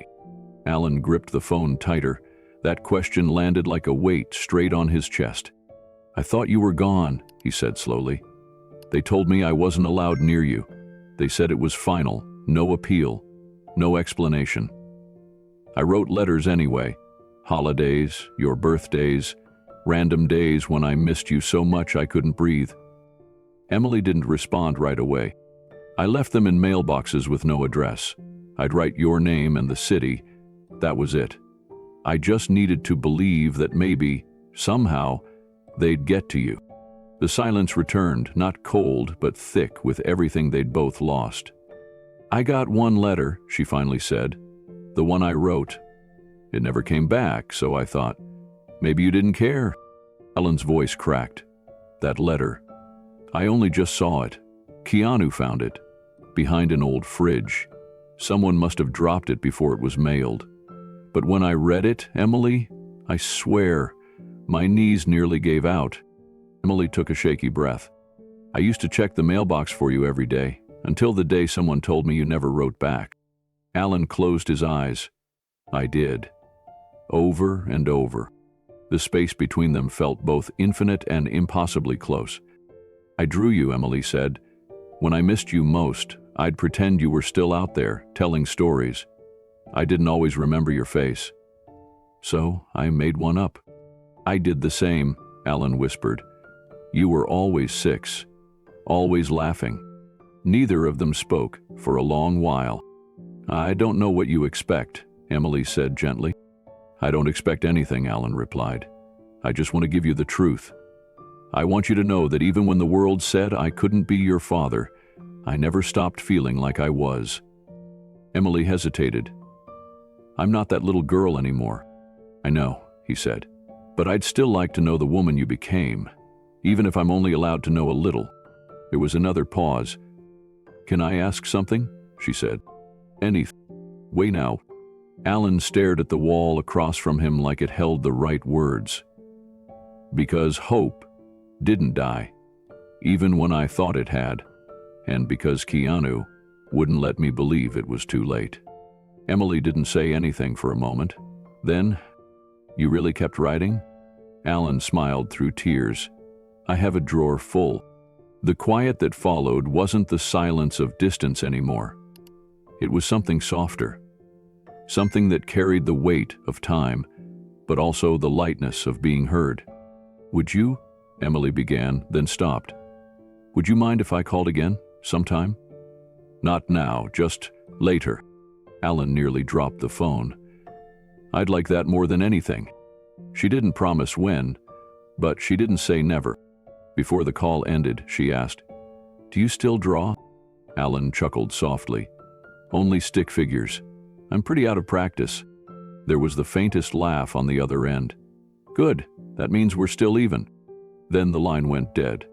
Alan sat frozen, phone still to his ear long after the call had ended. Keanu didn't speak until Alan slowly lowered it to his lap. "She said she'd call again," Alan whispered, like repeating it aloud might make it real. "She will," Keanu said. "When she's ready." Alan looked down, and for the first time in a long time his face showed something fragile and unfamiliar. Relief. Outside the shelter window, the sun was beginning to set. Alan stood, still holding the phone, and walked slowly outside into the fading light. He didn't rush. He didn't pretend the pain had disappeared, but he walked differently now, like something had shifted, like the future had opened, just a sliver, wide enough to let a voice through. Inside, Keanu remained in the hallway, watching the door gently close behind him. Later that evening, Emily sat on the floor of her apartment, surrounded by sketchbooks. She opened the oldest one she still had. The pages were yellowing. Crayon suns, stick figures, one labeled Daddy, wearing a crown. She touched the page. Then she reached for a new notebook, blank and smooth. She drew a sun first, then a figure on the left, then a second one on the right. No crack between them, just a line that curved like a bridge. She smiled, just faintly, and closed the book. Emily waited near the back of the studio, her fingers lightly stained with charcoal. The space smelled of paint, paper, and pine wood, the scent of memories. She paced once, then sat, then stood again when Keanu walked through the front door. He smiled softly, a question in his eyes. She nodded. He called. Keanu didn't rush to speak, he just waited. Emily exhaled slowly. He didn't sound like I remembered, but somehow I knew it was him. Keanu stepped closer. "You okay?" "I don't know," she said, "but I didn't hang up." That was enough for now. She motioned for him to follow, leading him past shelves of acrylics, canvases, and a drying rack full of student work. In the back corner of the studio was a worn leather trunk. She knelt in front of it, the lid creaking as she opened it. Inside were dozens of old sketchbooks, rubber-banded together in messy stacks. "These," she said, lifting out one of the smaller ones, "are from when I was 7. She handed it to Keanu and sat beside him on the floor. He opened it carefully. The pages were filled with suns, dozens, maybe hundreds, some with smiling faces, others wrapped in rays shaped like hands. In between were stick figures labeled with names. May, Mommy, and one labeled Daddy. "Always had a crown," she said. "I made him a superhero." Keanu turned the pages slowly. Some of the drawings were bright and whimsical. Others were just outlines, half-finished. On one, a figure was reaching across a jagged line. "I thought he was on the other side of the world," Emily whispered. "Or maybe on the moon." She opened another book, this one from her teen years. The colors were darker. Shadows crept into corners of the paper. The suns became smaller. The faces stopped smiling. "I didn't stop drawing him," she said. "I just stopped hoping he'd ever see it." Keanu closed the book gently. "He should." Emily looked at him, eyes wide. "He's been holding on to memories too," Keanu said. "But he doesn't have these pages. He's missing the part where you kept him with you." She hesitated. "I don't know if I want him to see the dark ones." "Hal doesn't need perfection," Keanu said. "He needs the truth, and so do you." Emily looked down at her hands, thumb brushing a smudge of charcoal from her skin. "What if I meet him and it hurts more?" "What if it doesn't?" Keanu asked gently. Emily pulled her knees to her chest, resting her chin on them. "I used to imagine this moment, what it would feel like to get a letter back or hear his voice. But it never came. And over time, I stopped waiting." "But you never stopped drawing," Keanu said. "That means something." She nodded slowly. "Art was safer. I could control the page. I couldn't control him." Keanu gave her space to speak without pushing. The room held a quiet reverence, like the pages between them deserved to be listened to. "I used to teach my students that art tells the truth we're afraid to say," she said. "But I never showed them these books." She pulled another from the trunk, one without a label. Inside were fragmented sketches of faces, some unfinished, some clearly drawn from memory, others from guesswork. She tapped one page where the figure had softer eyes and gentle lines. "I always hoped he was kind," she whispered, "even when I didn't believe it." Keanu looked at her with a quiet steadiness. "He is. Time has carved it into him. You softened him, even from a distance." Emily closed the book and held it to her chest. "He said he never stopped writing." "Who didn't?" Keanu confirmed. "And he never stopped calling you his daughter, even when no one listened?" Her voice cracked slightly. "That letter behind the fridge, it felt like a ghost, like something I buried coming back to life." "Maybe it was never buried," Keanu said. "Maybe it just got stuck between places." She let out a breath that had waited years to be released. "I still don't know if I'm ready to see him, but I don't want to regret not trying." Keanu leaned forward slightly. "You've already done the hardest part. You didn't close the door." Emily looked toward the studio windows, where the afternoon light stretched long across the floor. "I want to meet him, but I don't want to do it at home. Not yet." "Where then?" Keanu asked. "Somewhere open," she said. "Neutral, a place where we can sit and not be trapped." He nodded. "There's a park near the shelter, quiet, safe, no expectation." She considered that, then nodded. "Oh," Keanu smiled. "I'll let him know." Before he stood, she reached out and placed one of the sketchbooks in his hands. "Give him this. Just this one." Keanu looked down at the cover, then back at her. "It's not pretty," she warned, "but it's honest." "That's what he needs," Keanu said. Later that evening, Keanu returned to the shelter. Alan was outside, sitting on a bench with the same expression he wore during their first meeting, somewhere between guarded and yearning. In his lap was a small notebook, one he hadn't opened yet. "She said yes," Keanu told him, sitting beside him. "She wants to meet, in the park tomorrow. No pressure, just two people with history, sitting under a little sunlight." Alan didn't speak for a moment. His hand tightened around the notebook's cover. "She sent you something," Keanu added, handing him the sketchbook. "Said it wasn't pretty. Said it was honest." Alan stared at it like it was made of glass.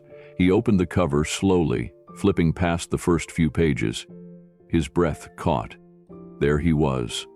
Again and again, in different forms. A stick figure with a crown, a shadow with a faint smile, a man walking away, a man standing still, and eventually, tentatively, a man reaching back. He ran his finger over the lines. Some pages were jagged, full of hurt. Others were softer, touched with something close to forgiveness. "She never stopped seeing me," Alan said, his voice trembling. even when she didn't know how. Keanu nodded. She still draws sons. Ellen shut the book gently. I used to think the worst part was being forgotten, but now I know the worst part was not being there when she needed me. She didn't ask for excuses, Keanu said. She asked for honesty. Alan looked at the bench beneath them, then out toward the trees beyond the shelter fence. What do I say to her? Whatever's real, Keanu replied. You've both waited long enough. That night, Alan packed a small bag, just a few things. He didn't know what to bring to a reunion that had taken 2 decades to arrive. In the end, he brought nothing but himself and the sketchbook. The next morning, Emily stood in her studio, holding a different book, a blank one. She placed it in her satchel, took a breath, and stepped out into the light. 2 paths were finally converging, slowly, carefully, but with intention. They would meet not as strangers or the people they once were, but as the people they had become in each other's absence, and perhaps, finally, in each other's presence. The morning air was cool but soft, the kind of spring breeze that held no rush. At the edge of the park, beneath a canopy of sycamore trees, Alan sat on a weathered bench with the sketchbook in his lap and the sun at his back. His hands rested on his knees, not fidgeting for once. He had arrived early. Too early. But he didn't mind waiting. He watched a child toss breadcrumbs to birds. A jogger passed with earbuds in, lost in another world. And still Alan sat. Then he saw her. Emily came from the far side of the park, walking slowly, not hesitating but not hurrying either. Her hands were tucked into her jacket pockets, and her eyes met his from across the path. For a brief second, neither of them moved. Then Alan stood. He didn't approach, just stood. Emily came closer, step by careful step, until she stood a few feet in front of him. She looked at him, really looked. Not at the idea of him she had drawn 100 times, not at the memory frozen in age 6, but at the man. The wear in his face, the tired in his shoulders, the waiting in his eyes. You aged, she said softly. Alan gave a small smile. You didn't, not in my mind. She nodded once. He motioned gently to the bench. She sat on one side. He returned to his seat on the other. A space between them, but not a wall. At first, they didn't speak. The breeze did, the birds did. The world moved on as it always had, but between them, there was quiet. I didn't know what to wear, Emily said finally, eyes still forward. It felt like a first day of school, or maybe a funeral. Either way, I overthought it. Alan smiled. You look like yourself. That's more than I deserve. Another pause. Then she asked, Did you sleep last night? No, he said. Did you? No. They both laughed, short and unsure, but it felt human. Alan reached down beside him and picked up the sketchbook. He held it, but didn't hand it over. I read every page, he said, more than once. I saw myself the way you saw me, even when I couldn't see anything clearly. I wasn't always kind, she said. I wasn't always there, he replied. Neither answer carried judgment, just fact. She glanced sideways at him. I was scared I wouldn't recognize you. I was scared you would. Emily looked down at her shoes, her voice quieter now. You were a shadow for a long time. Someone people didn't talk about. Someone I had to stop asking about just to get through school. Ellen nodded. And I was a ghost. Someone watching the years go by with no map to find you. They sat in that for a while, the space between them filled with unsaid things that didn't need to be forced. I brought you something, she said after a moment, reaching into her bag. She pulled out a small, spiral-bound sketch pad. It looked new, crisp pages, a clean cover. I figured if we were going to start again, maybe we needed a new one. Alan took it carefully, like it might dissolve if he held it too tightly. This one's blank, she added. I'm not promising anything, but I'm not walking away. Alan swallowed hard, eyes locked on the cover. You don't have to promise. You just have to keep showing up. even if it's just in drawings, even if it's just in silence. They both looked ahead again. A family passed by with a dog that barked at a squirrel, and for a moment, it broke the heaviness around them. Emily tilted her head. "You still make comics?" Alan chuckled. "Not since Super P and Carrot Man." She smiled. "You remember that?" "I remember the laugh that came after every punchline." Emily picked at the zipper on her jacket. "I don't know how this is supposed to work. I don't even know what I want from you." "That's okay," Alan said. "I didn't come here to fix everything. I just came to be here."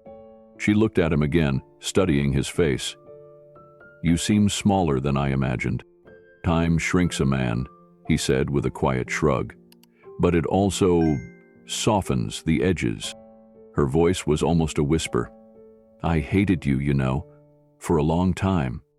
"I hated myself longer," Alan said. Emily looked away. "I'm still angry sometimes." "Me too." They both exhaled, the honesty strange but freeing.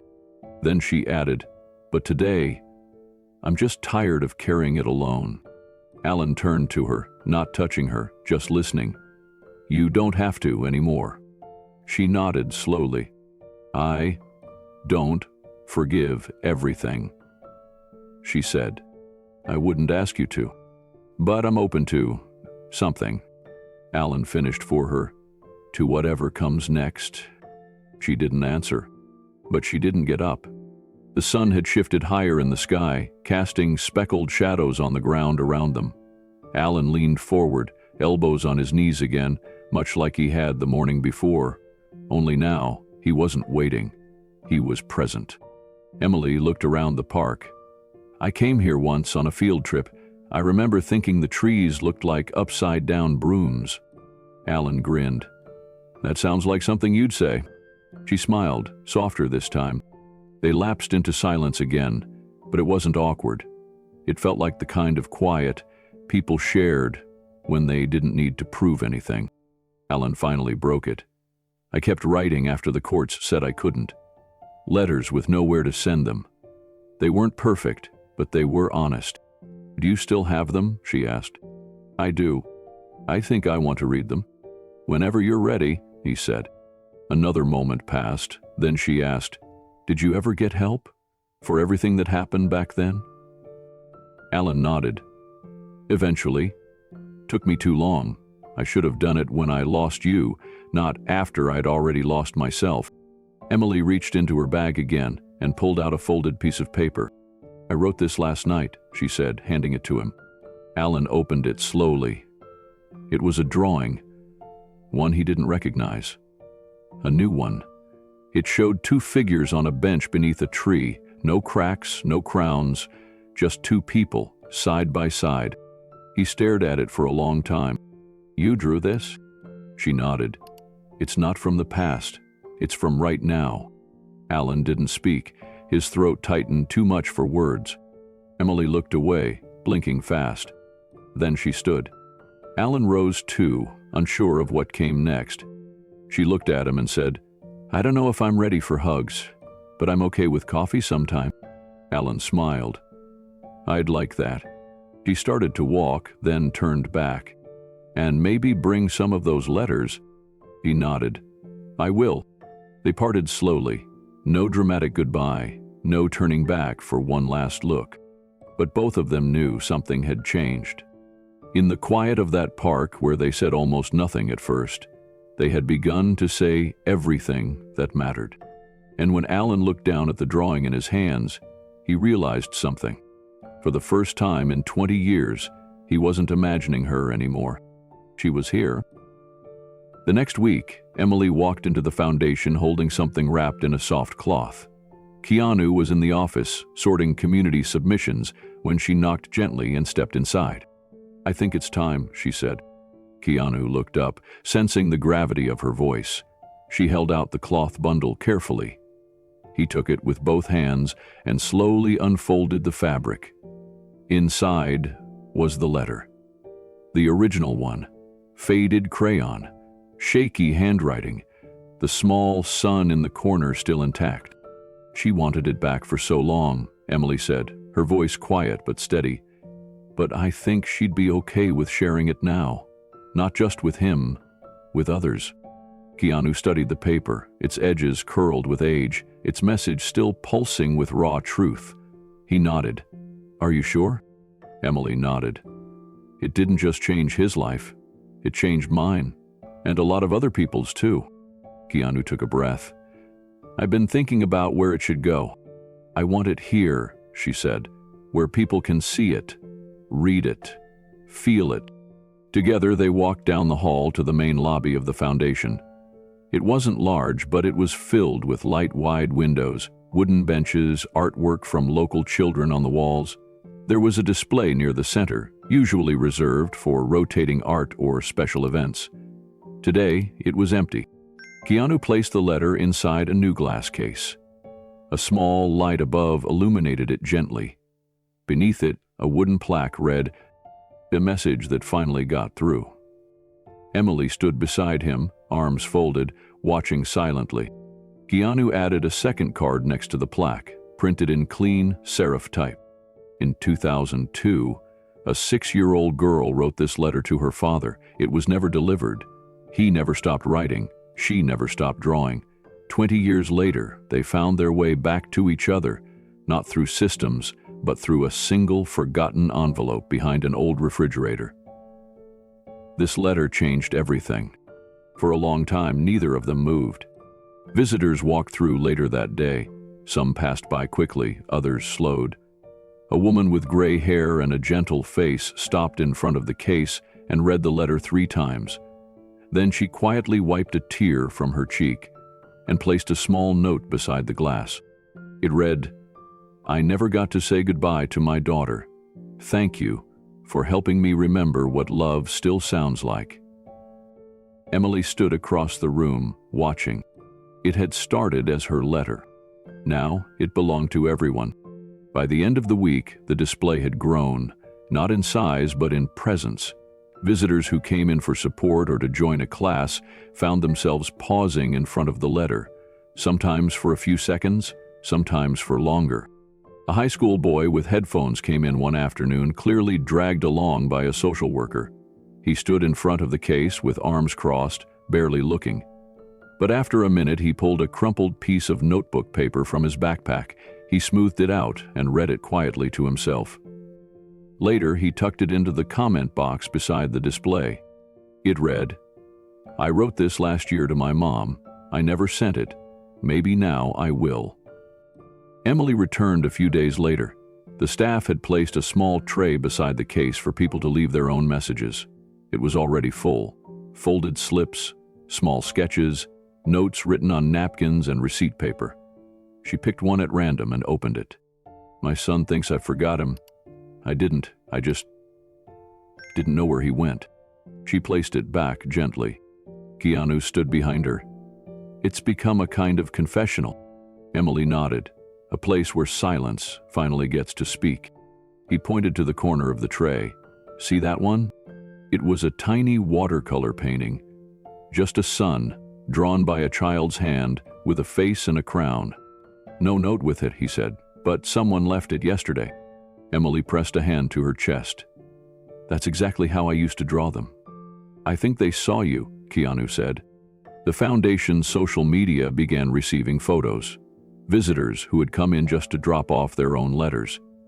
A woman from Minnesota shared an image of her grandfather kneeling in front of the case, hand against the glass. He had lost a daughter to the foster system in the 70s. She said he hadn't spoken about her in decades, until that day. Emily sat with that story for a long time. Later that afternoon, she brought a blank journal and placed it next to the display. The sign beside it read, "If you have something to say, this space is yours. Some messages take years. That's okay. Write it anyway." The next day, the first entry appeared. "Dear Dad, I heard you tried. I just wanted you to know I did too." News of the display spread slowly but meaningfully. A few local reporters covered the story. One headline read, "One letter, 20 years, countless lives touched." A teacher brought her students in after reading about it. They sat cross-legged in front of the case, sketching their own letters, some real, some imagined. One student, no older than 9, wrote, "To the dad I never met. I hope you're drawing sons too." Keanu noticed how people lingered, some with hands folded, others with hands pressed gently to the glass. It wasn't just the letter that moved them, it was what it represented, the proof that sometimes even forgotten things can still matter. That evening, Alan came to visit. He stood in front of the case with his hat in his hand. His eyes moved over the envelope, then the plaque. He didn't speak right away. When Emily stepped beside him, he gave a small nod. "I used to think no one would ever believe I tried," he said. "Now they do," she replied. Alan reached into his coat pocket and pulled out a folded letter, one of the many he had written over the years. He placed it gently into the tray beside the display. Emily looked at him. "Not for me." "No," he said softly. "For someone else who needs to see it." The next morning, the tray was full again. Notes from strangers, messages for siblings, parents, children, some angry, some aching, all honest. Keanu returned later that week with a framed print of one of Emily's childhood drawings, the one with the sun and the stick figure labeled Daddy.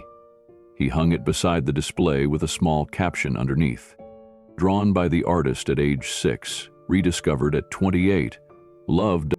Emily stood with him, watching as 2 teenagers came by and read the letter aloud, one word at a time. "I miss your stories. I miss your drawings. And when you called me Peanut." They were quiet for a moment after. Then one said, "That's how I feel about my mom." Emily smiled, tears in her eyes. This wasn't just a display anymore. It was a doorway. A place where broken things were allowed to be seen. A place where silence could end. Keanu looked at Emily. "Do you regret sharing it?" She shook her head. "It was never mine to keep. It belonged to the part of me that waited. Now, it belongs to the part of others that still are." And for every visitor who walked through the doors of the foundation from that day forward, the first thing they saw wasn't the front desk or the flyers. It was a letter, crinkled, honest, full of longing. And finally, seen. The studio wall had always been blank. The side that faced the alley stayed mostly unnoticed, except by kids playing hopscotch or neighbors wheeling their garbage bins past. It was rough and gray, slightly cracked from years of heat and rain. Emily had passed it every day without thinking much of it. Until now. One morning, she stood across from it, arms crossed, sketchbook in hand. She stared at the wall like it had just spoken to her. Then, she flipped to the back page and began to draw. She spent the next 3 days prepping the surface, scraping, smoothing, priming it white. It became a canvas, not just for art, but for something unfinished. Something hers. Word spread quickly through the neighborhood. Parents brought their children by just to watch. Students from her classes dropped by after school to ask what she was painting. Emily told them only that it was a story, one that had waited long enough. She started with the child, small, barefoot, arms stretched toward a bright red mailbox shaped like a heart. The mailbox stood tall, planted in soil that blended blues, greens, and oranges like it had grown there on its own. The child was reaching, not with desperation, but with hope. One arm extended, letter in hand, toes just off the ground. Above the scene, the sky unfolded in soft swirls of sunrise, hints of gold layered into violet clouds. Near the top, blank space waited for something yet to come. Each morning, she arrived early, with paint trays and brushes. Each evening, she stood back and studied the progress. It wasn't just a mural, it was a message. On the 4th day, Keanu dropped by. He stood at a distance, hands in his pockets, watching the child reach for the mailbox. "She's brave," he said quietly. "She was lonely," Emily replied. "They're not always different," Keanu said. Emily wiped her hands on a rag, then looked up. "There's something missing." He waited. "I don't want to finish it alone," she added. "It wasn't just me who got here." Keanu nodded. He's ready." She looked at the top right corner of the wall, where the sky dipped just enough for stars. "There's one more piece, but I think he should paint it." The next day, Alan arrived. He walked around the corner of the studio and froze. His eyes climbed the wall slowly, tracing every brushstroke, every shadow. He stopped at the child's hand and didn't speak for a long time. Alan stood still as the wind rustled through the alleyway. His hands were tucked into the pockets of his jacket, and for a long moment he said nothing. Then he walked closer and placed a hand gently on the wall, just below the red heart-shaped mailbox. "She looks like Emily," he said quietly. Emily nodded beside him. "She is, but she's also every kid who waited." He nodded slowly, his eyes lingering on the sunlit sky Emily had painted above. "And the mailbox? It's the place where hope gets sent, even if no one answers." Alan swallowed, then looked at her. "Why me?" "Because there's still a piece missing," she said, "and because you're part of the reason it finally got through." She handed him a brush, already dipped in paint. The color was a soft gold, faintly shimmering under the morning light. He took it, hesitantly.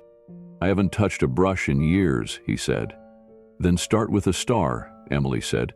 "That's how I always begin." He walked slowly toward the ladder she had set up earlier that morning. Emily steadied the base as he climbed halfway, then paused at the top step. The brush hovered. He looked down at her. "Anywhere?" She nodded. "Anywhere that feels right." Alan turned back to the wall, lifted the brush, and pressed it gently to the sky.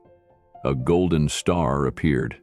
Simple, imperfect, unmistakably real. He added another, then one more. 3 in total. He came down slowly, eyes never leaving what he had painted. "It's not perfect," he said. "It's honest," she replied. They stood together for a while, both looking up. "I used to dream about this," Alan said softly. "Not the wall, just being allowed to be part of something again." Emily looked at him. "You are." He smiled. "Then I guess I'm not just a ghost anymore." She shook her head. "You never were. You just got buried under someone else's story." He nodded, the truth of it settling deep. They spent the rest of the afternoon painting together in the alley.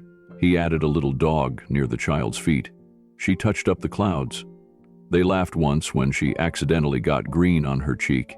He wiped it off with the edge of his sleeve, like it was still his job. At sunset, they sat on 2 overturned paint buckets, gazing at the finished mural. Emily leaned forward slightly, studying the sky. "It's not finished," she said. Alan looked over. "Neither are we."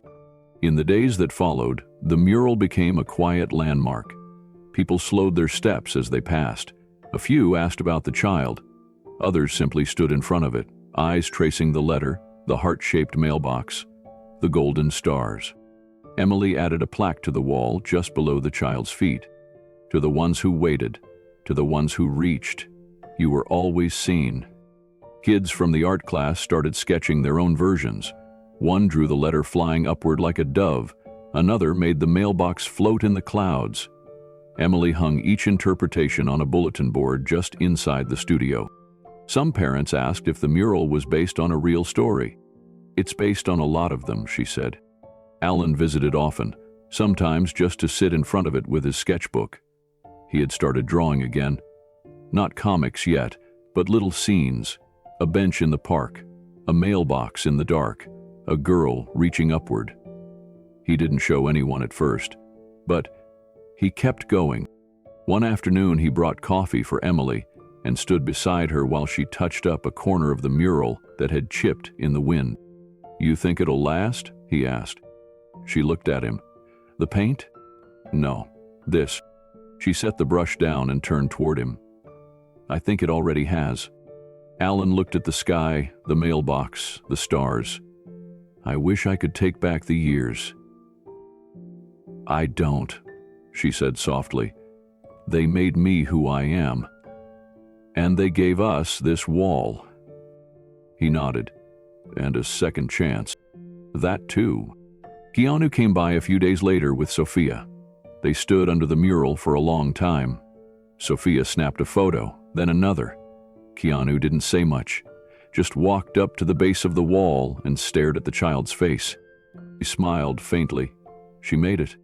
Mila stepped beside him. She did. Keanu looked at the sky. And the stars? Painted by the man who waited. He nodded. Then, this is a mural of both of them. Alan stepped outside, joining them, hands dusty with charcoal. Keanu clapped a hand on his shoulder. I'm proud of you, Keanu said. I'm still learning how to show up, Alan replied. That's how we know it matters, Keanu said. You're still trying. That night, when the studio closed and the alley fell quiet again, Emily stood alone beneath the mural. She looked up at the stars. Then she whispered, not to anyone in particular, I hope someone out there sees this and remembers they're not too late. And in that moment, the wall wasn't just painted. It was alive. The first letter came on a Wednesday. Emily found it tucked inside her mailbox at the studio, handwritten on lined paper, folded 3 times, and sealed in a plain envelope. Her name was scrawled on the front in pen, slightly shaky but deliberate. She opened it slowly, not knowing what to expect. Inside were only a few paragraphs. No dramatic flourishes, no begging for forgiveness, just simple truths written by a man who was still learning how to speak through paper again. Dear Emily, I didn't know where to start, so I started here. On this paper, on this day, hoping maybe there's still something worth building. I saw a little girl at the park yesterday feeding ducks. She reminded me of you.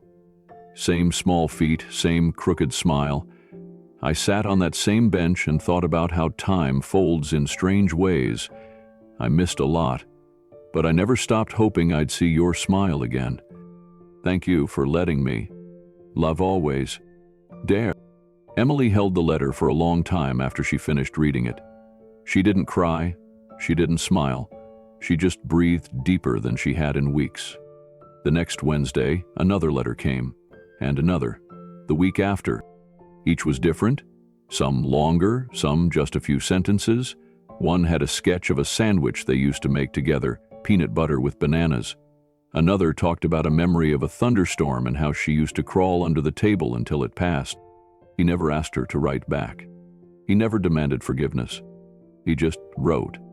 Emily found an old wooden box at a thrift store, lined it with a soft cloth, and began placing the letters inside. She labeled it in marker. What I needed. She didn't open all of them right away. Some she saved for late nights, others for quiet mornings. There were days she felt too overwhelmed to read any, and days when she read 3 in a row. Each one reminded her of something, of the weight she'd carried, and the lightness that followed release. Some weeks passed without a new letter, and that was okay. Alan was learning not just to write, but to live again. He took up sketching more regularly. Sometimes he included small drawings in the letters, a tree, a park bench, a mailbox. Emily kept each one. One morning, she walked into her studio to find a familiar envelope waiting under the door. Inside was a note with just one sentence. You're the brightest thing I never stopped looking for. She folded it slowly and placed it on top of the others. Her students noticed the change in her. She smiled more, talked with a softness that hadn't always been there. She didn't talk about her father much, but she did talk about connection. About how art can be the thing that holds you together when words feel too far away. One night, during an advanced class for teenage artists, a student asked if she ever drew for herself. Emily hesitated, then nodded. I do, but sometimes I write too. Like poetry? The student asked. Sometimes, Emily said. Sometimes just letters. To who? Emily paused, then walked to her desk. She returned holding one of the letters from the box. She unfolded it carefully and sat at the front of the room. I want to read you something, she said. The students leaned in. Dear Emily, you probably don't remember the time you wore a towel like a cape and called yourself Captain Sunshine. You'd jump off the couch and make sound effects like you were saving the world. I remember. I also remember the first time you fell asleep on my shoulder after crying because you lost your blanket. I remember how small you felt in my arms and how big you made the world feel. I failed you more times than I can count, but you saved me. Not with a cape, not with magic, just by being you, by surviving, by holding on to the suns you kept drawing. My daughter saved my life, even when she didn't know it. Love always. Death. The room fell silent. Then one student whispered, "That was beautiful." Another said, "He sounds like he's still trying." Emily nodded. "He is." And in that moment, the letter wasn't just hers anymore. It became part of something shared. Later that week, Emily added a shelf above the mural display in her studio. On it sat a single wooden box. She didn't label it for the public. She didn't explain its contents. But those who knew, knew. She also added a blank journal beside it. The sign read, "Letters you wish you received or sent. Write one, leave it, or take it home. It still counts." Soon, messages began appearing there, too. Some signed, some not. One read, "Dear Mom, I forgive you. I hope you're okay wherever you are." Another, "To the dad I stopped believing in, I miss you anyway." Emily continued to write too, though she never mailed her replies. She placed them in her own private journal, tucked inside the same box. Some were full of questions, others were just updates. Alan in his letters never asked for more than her time. He never pushed, never pleaded. He only wrote from where he was, each week marking a small step forward. Eventually, he began ending his notes with a new signature. Still learning. Dad. One crisp fall afternoon, Emily walked to the park with a few of her students to sketch in the open air. As they settled near a bench, she recognized it, the one where she and Alan had first sat. She placed her sketchpad down and pulled out a folded letter from her coat pocket. She opened it, read it quietly to herself, then handed it to a nearby student. "Want to try reading this out loud?" she asked. The boy nodded, curious. He began to read. "Dear Emily, I don't know how to say thank you the right way. Not for forgiveness, but for presence. For walking with me, even when the path wasn't clear. You didn't have to open the door, but you did. Now, I get to write to you week after week and remember who I was supposed to be all along. Your dad. Not in theory, not in memory, but right now, on purpose." Still learning. "Dad?" The boy looked up, wide-eyed. "He's really good." Emily smiled, brushing a leaf off the bench. "He's really trying." And sometimes, she thought, that's what matters most. Not perfect endings. Not rewriting the past, but the quiet commitment to keep going. One letter at a time. Some letters are sent the day they're written. Others take weeks to find the courage. And then, there are the letters that get tucked away behind refrigerators, lost in time, sealed not just in envelopes, but in silence. But when they finally arrive, the heart recognizes them. Not because they're perfect, not because they fix everything, but because they were always meant to be heard. Emily's letter didn't have the right address, but it had the right truth. And Alan's reply didn't come by mail. It came through presence, through effort, through showing up long after everyone told him it was too late. Together, their story wasn't just about reunion. It was about the space between, the 20 years of misunderstanding, of doubt, of wondering. But in the end, the message got through, because love doesn't stop at closed doors. It doesn't expire. It waits in quiet places, behind walls, between lines, and sometimes behind a forgotten fridge. At the foundation, the display still stands. The letter is there, crinkled, sun-drawn, smudged with memory. And every week more people come. Some leave notes, some don't. Some cry. Others smile faintly and walk away, changed. And just a few stand there for a long time, whispering something only they can hear. Back in her studio, Emily continues to paint. Some of her murals now show bridges instead of cracks, trees with strong roots, children holding hands with shadows that have grown solid. She never stopped drawing. And now she draws with peace. Alan still writes. He mails fewer letters now, but he carries the habit in other ways. He volunteers with teens, talks to fathers trying to find their way back. He shares his story not as a hero, but as proof that it's never too late to begin again. They're not trying to erase what happened. They're just living inside what's possible now.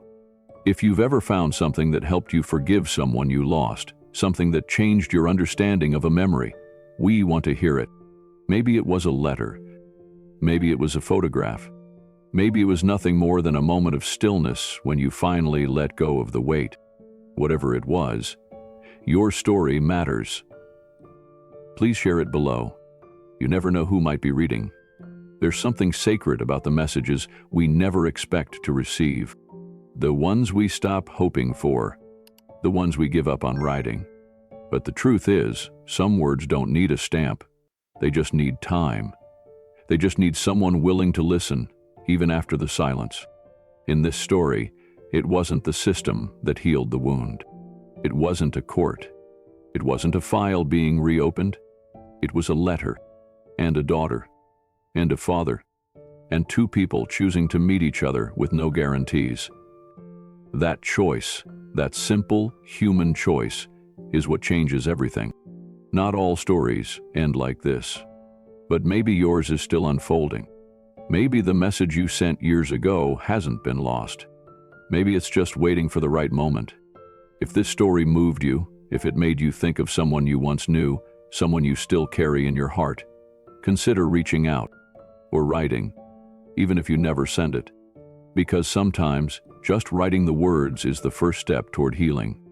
And if you've ever been on the other side of silence, waiting for someone to come back, know that you are not alone. There is no expiration date on love, and no limit to how far one letter can travel. Before we close, we want to invite you to join us for our next story.